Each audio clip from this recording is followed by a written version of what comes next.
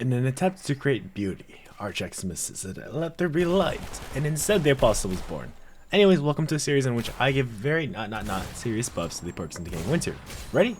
Here we go! So we all know the apostle has pretty high sustainability, but what about damage output? I mean, sure, they can stab people and have their summons, which I'll call Dave from now on, attack, but what about when you get attacked? Nothing. Absolutely nothing happens. Blasphemy! Something should happen.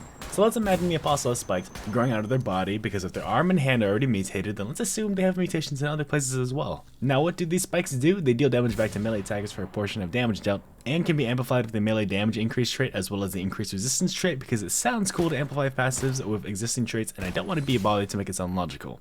The same effect applies to bullets, except they'll be reflected into the direction the player is facing rather than directly back at the enemy who shot them. Let's also say the apostle can choose when to release the bullets back, their mutated skin holding the bullets until their master lets them fling the bullets back. Just imagine redirecting 100 bullets back at Yosef. That'd be awesome, and that's kind of what the series is about, making interesting and very balanced ideas. Okay, so apostle's whole thing has to do with right gun shadows, right?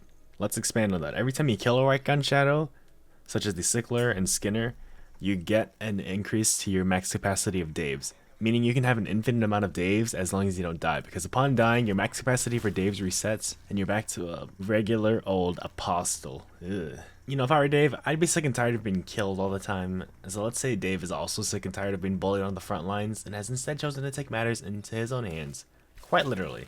Dave can be chosen to spawn with a modded AKM instead of the Scythe. However, he no longer recharges your ability meter. Instead, he fills an MLG meter that increases with each kill he gets, making him hit harder, reload faster, and shoot more accurately. If played with a team, the apostle can convert players. Upon conversion, players will be able to resist all mutation evolutions, such as stage 1, 2, 3, 4, 5, and all the bad things that come with them, if they're willing to forego water and beans for 40 nights. Wait a minute. Combo time! The apostle decided to stop holding out the mind flare and has told them of what they've learned from Theurgia's hand. Theurgia's hand. The hand that you use as apostle to kill things. The end result being that the mind flare can now take control of right gun shadows. Second combo time! The apostle can have the drifter cut off Theurgia's hand. Yeah, we've been over this, resulting in a usable melee by any player and allowing the apostles to use regular melee weapons. However, the apostle will permanently have a less lethal version of arterial bleeding.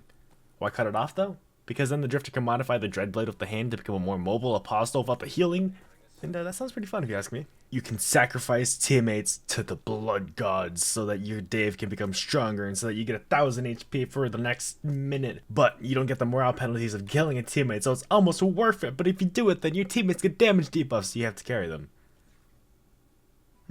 If you're playing solo, you get a second chance to live, so if you die, you can come back in 3 nights. You might not be able to loot within those 3 nights, but you will come back and give your enemies emotional damage. You can choose to raise Dave from a baby instead of just a full-grown adult. The only benefits of doing this is that you can choose his stat lines. For example, if you want him to be fast and hit hard, you can do that instead of just the original stats he comes with. Or you can go into ranged points, like what we talked about earlier. And he'll grow with the more kills you get, and the more kills you get, the more points you can spend into his skills.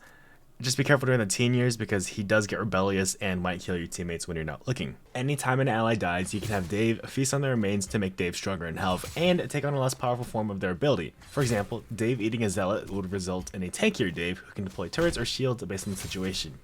Or if he ate a berserker, he'd be better at melee and he'd be on steroids for a while, you know, because he probably doesn't miss the cooldown like us human players do.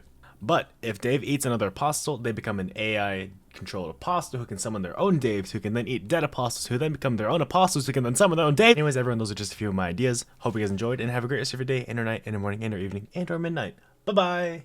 Should I start adding midnight to that? I feel like I should. Hey, subscribe. You don't have to, but you should. Hey, yeah. Ah!